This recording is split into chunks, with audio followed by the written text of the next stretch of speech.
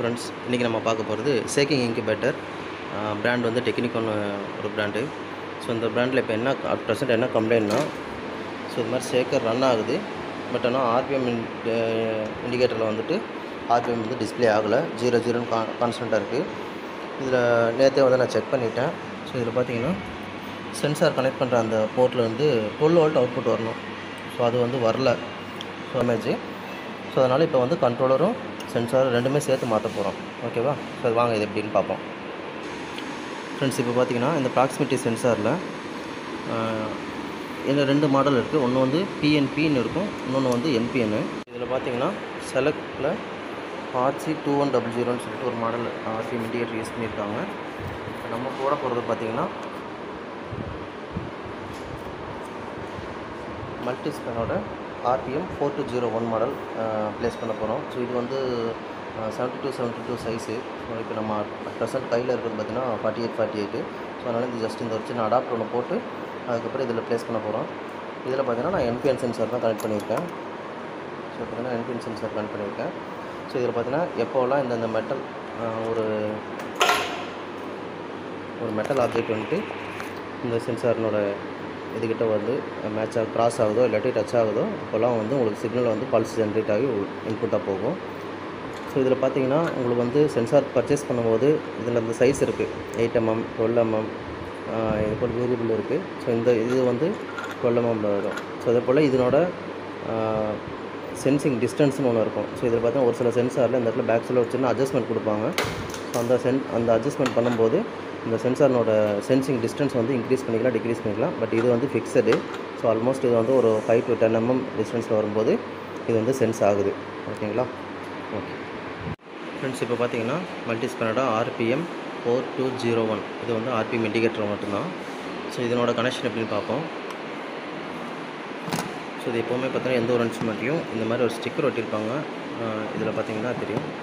இதுக்கு வந்துட்டு 1 லைனு, 2 வந்து நியூட்ரலு, 3 வந்து +12 வோல்ட்டு பாசிட்டிவ், 4 வந்து என்பிஎன் சென்சாரோட இன்புட்டு ஃபீட்பேக்கு, இது கிரவுண்டு. ஸோ இது பிஎன்பி அப்படின்னா இந்த +12ம் கிரவுண்டும் காமனும், இந்த ஆறு இருக்கு இல்லைங்களா, 7 இல்லை 6 பார்த்திங்கன்னா பிஎன்பி சென்சாரோடைய ஃபீட்பேக் இன்புட் இது. ஓகேங்களா? ஸோ இப்போ பிஎன்பி சென்சார் அப்படின்னா சரி, இப்போ ஃபஸ்ட்டு என்பிஎனுக்கு என்ன பண்ணியிருக்குன்னு பார்ப்போம். என்பிஎனில் 3 ஒயர் வரும். இதில் ரெட்டு வந்து எப்போவுமே மோஸ்ட்லி ரெட் ஆர் ப்ரௌன் வந்து கொடுப்பாங்க, அது எப்போவுமே ப்ளஸ்ஸு. பிளாக் எப்போவுமே கிரவுண்டு. அதுக்கப்புறம் ப்ளூ ஆர் ஒயிட்டு சம்திங் ஏதோ ஒரு கலர் கொடுப்பாங்க. அது அந்த என்பிஎன்னும் பிஎன்பியை பொறுத்து கலர் வேரியேஷன் மாறும். ஸோ ரெட்டும் பிளாக்கும் இல்லாட்டி ப்ரௌனும் பிளாக்கும் பாசிட்டிவ் கிரவுண்டு. ஓகேங்களா? Positive ground. அடுத்து வந்து ஒயிட் ஆர் ப்ளூ சம்திங் வேறு என்ன கூட இருந்தாலும் மோஸ்ட்லி அது வந்து ஃபீட்பேக் இன்புட்டாக தான் வரும். ஸோ இது வந்து என்பிஎன் அப்படின்னால இதில் வந்து ஒயிட் வந்து ஃபீட்பேக் இன்புட்டு. ஸோ இதில் வந்து இப்போ பார்த்தீங்கன்னா ரெட்டு வந்து ப்ளஸ்ஸு, ஒயிட் வந்து ஃபீட்பேக் இன்புட்டு, பிளாக் வந்து மைனஸு நெகட்டிவ். ஓகேங்களா? ஸோ இது வந்து மறக்காம கூடாது. ரெட்டு பிளாக்கும் வந்து பாசிட்டிவ் நெகட்டிவ், ஒயிட் வந்து ஃபீட்பேக் இன்புட்டு. ஓகேங்களா? ஸோ அதே கனெக்ஷன் தான் இங்கே நான் கொடுத்துருக்கேன். Red block positive negative, white வந்து ஃபீட்பேக் இன்புட் என்பிஎன்னுக்குனால. ஸோ இதில் வந்து லைன் வந்து இதில் 1 நம்பர்லையும் நியூட்ரல் வந்து நம்பர் 2லையும் கொடுத்துடணும். அவ்வளோதான். ஸோ அதே போல் கனெக்ஷன் கொடுக்கும்போது இந்த ஃபேஸ் நியூட்ரலுக்கெல்லாம் பார்த்திங்கன்னா முடிஞ்சளவுக்கு ஃபேஸுக்கு ரெட்டும் நியூட்ரலுக்கு பிளாக் ஒயரும் கொடுத்து பழகுங்க. அதே போல் டிசி கனெக்ஷனாக இருந்தாலும் பாசிட்டிவ்க்கு ரெட்டும் நெகட்டிவ்க்கு வந்துட்டு பிளாக்கும் யூஸ் பண்ணி பழகுங்க. ஸோ இது வந்து ஃப்யூச்சரில் உங்களுக்கே கன்ஃபியூஷன் ஆச்சுனாலும் கூட ஒரு சில நேரத்தில் வந்தால் பர்டிகுலர் இடத்துல உட்காந்து நம்ம கரெக்டாக ஒயரிங் ஏதாவது இடையில கட்டாக இருக்கும். ஸோ அப்போ அது வந்து அது நியூட்ரலாக ஃபேஸாக இல்லை பாசிட்டிவ் நெகட்டிவாக. ஏன்னா ஒரு சில ஏசியை பொறுத்தவரைக்கும் கூட பிரச்சனை இல்லை, டிசியை பொறுத்தவரைக்கும் பாசிட்டிவ் நெகட்டிவ்னு கரெக்டாக கொடுக்கல அப்படின்னா அந்த எலக்ட்ரானிக் இன்ஸ்ட்ருமெண்ட்டே டேமேஜ் ஆக வாய்ப்பு இருக்குது. ஸோ அதனால் இவங்க வந்து பழைய இன்ஸ்ட்ருமெண்ட் அப்படியே கொடுத்துருந்தாங்க. அது நிறையா ஒயரிங் இருக்கிறனால அது இப்போதைக்கு விட்டுட்டு நான் இருக்கிற கனெக்ஷனோட அப்படியே கொடுத்துருக்கேன். ஓகேங்களா? பாருங்கள், சென்சார் வந்து இந்த மாதிரி ப்ளேஸ் பண்ணிவிட்டு அங்கேயே ஆல்ரெடி அவங்க வந்து ஒரு எல்க்லாம் கொடுத்துருக்காங்க. ஸோ நான் கோர்ஸ் வச்சுட்டேன். ஸோ இப்போ ரொட்டேட் பண்ணும்போது அந்த மெயின் ஃப்ளைவீலில் வந்துட்டு உங்களுக்கு ஒரு போல்ட் கொடுத்துருக்காங்க இல்லைங்களா.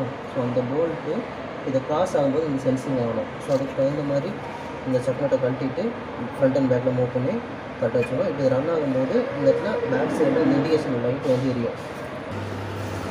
ஸோ இப்போ பார்த்தீங்கன்னா தெரியும் வந்து நம்ம எப்போல்லாம் அந்த போல்ட் வந்து இந்த சென்சாரை கிராஸ் ஆகுதோ அப்போல்லாம் அந்த ரெட் கலர் லைட்டு பிளிங்க் ஆகும். ஸோ இதுதான் கரெக்டான பொசிஷன். ரொம்ப க்ளோஸாகவும் வச்சுக்காதீங்க, ரொம்ப டிஸ்டன்ஸாகவும் வச்சுக்காதீங்க, ஓரளவு அட்ஜஸ்ட் பண்ணுவீங்க. ஸோ இதே போல் நல்லா டைட் பண்ணிடுங்க. டேக் அடிக்கிறதோ வேறு ஏதாவது டேப் போட்டு விட்றதோ இல்லைன்னா அது எப்படியும் வந்து இந்த வைப்ரேஷனுக்கு லைட்டாக விலகிடும். ஓகேவா? ஸோ கொடுப்பாங்க இன்ஸ்ட்ருமெண்ட்டில் என்ன ரீடிங் பண்ணிக்கன்னு பார்ப்போம்.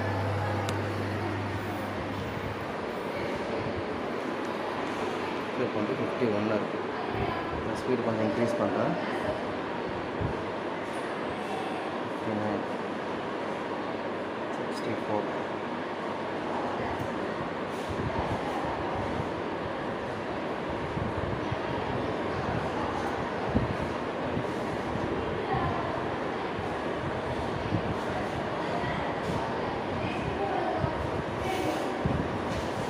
இப்போ வந்து கான்ஸ்டண்ட்டாக 100 RPM ஓடிட்டுருக்கு.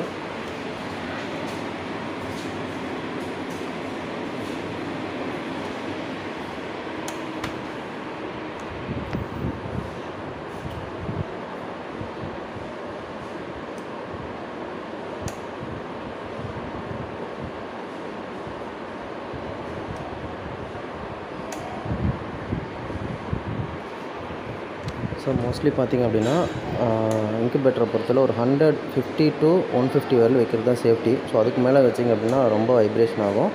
ஸோ முடிஞ்சளவுக்கு 50 to 100க்குள்ளே மெயின்டைன் பண்ணிக்கோங்க. அதே போல் ஃப்ளாஸ்க்லாம் பார்த்திங்கன்னா இந்த மாதிரி ரிங்ஸ் இருக்கும், இந்த ரிங்ஸ் ஸ்ப்ரிங் இருக்கும். இந்த ஸ்ப்ரிங்கையும் கண்டிப்பாக யூஸ் பண்ணுங்கள். இது இல்லாமல் ஒரு காட்டன் வச்சு ஜஸ்ட் அப்படியே அட்ஜஸ்ட்மெண்ட் பண்ணுறதோ இல்லை வேறு ஏதாவது ரப்பர் பேண்ட் போடுறது தயவு செஞ்சு பண்ணாதீங்க. அது போடும்போது என்ன ஆகுதுன்னா உங்களுக்கு வந்து ரப்பர் வந்து இது இன்குபேட்டர் ஷேக்கர். ஸோ ஒரு மனுஷன் இதில் வந்து ஹீட்டிங்கும் ப்ரொடியூஸ் ஆகும்.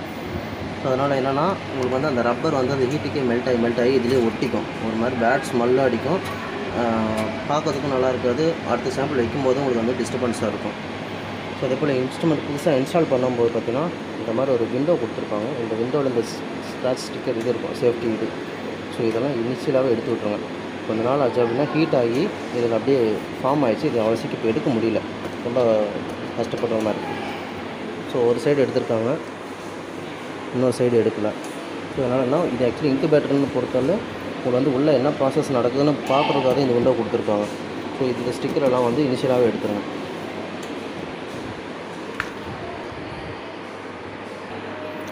ஸோ அந்த கண்ட்ரோலரில் பார்த்தீங்கன்னா அட் ப்ரெசென்ட் வந்து 35.6 இருக்குது.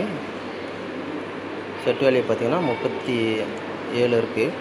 ஸோ இது மோஸ்ட்லி இன்குபேட்டர்னு பொறுத்தவரையிலும் எப்போவுமே உங்களுக்கு வந்துட்டு 37லேருந்து ஒரு 40 டிகிரி தான் யூஸ் பண்ணுவாங்க. ஸோ இது மாதிரி இந்த மாடல் நார்மல் இது எல்லாத்துலேயும் பார்த்தீங்கன்னா இந்த ப்ரெஸ்ஸுன்னு போட்டிருக்காங்களா, செட் 2 ப்ரெஸ்ஸுன்னு போட்டிருப்பாங்க, இல்லாட்டி வெறும் ப்ரெஸ்ஸுன்னு மட்டும் போட்டிருப்பாங்க, இல்லாட்டி செட்டுன்னு மட்டும் போட்டிருப்பாங்க. ஸோ இந்த பட்டனை ப்ரெஸ் அண்ட் ஹோல்டு பண்ணிவிட்டு இந்த செட்டுங்கிற அட்ஜஸ்ட்மெண்ட் நாப் இருக்கும். ஸோ இதை அட்ஜஸ்ட் பண்ணும்போது டெம்பரேச்சர் வேரி ஆகும்.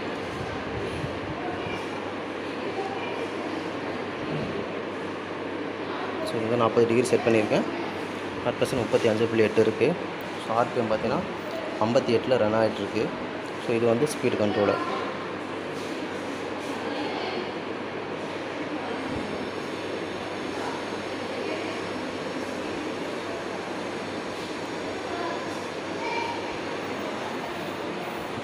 ஓகேங்களா, 80 ஆர்பிஎம்மில் ஆல்மோஸ்ட் ரன் ஆகிட்டுருக்கு. ஸோ இது பார்த்தீங்கன்னா லைட்டிங் பர்பஸ்க்காக உள்ளே நீங்கள் ப்ராசஸ் என்ன நடக்குதுன்னு பார்க்குறதுக்கும் போட்டுக்கலாம். அட் சேம் டைம் உள்ளே ஏதாவது நீங்கள் க்ரோத் பண்ணணும்னு நினச்சிங்கனாலும் அதுக்கு நீங்கள் லைட்டு யூஸ் பண்ணிக்கலாம். ஓகேங்களா, தேங்க்யூ.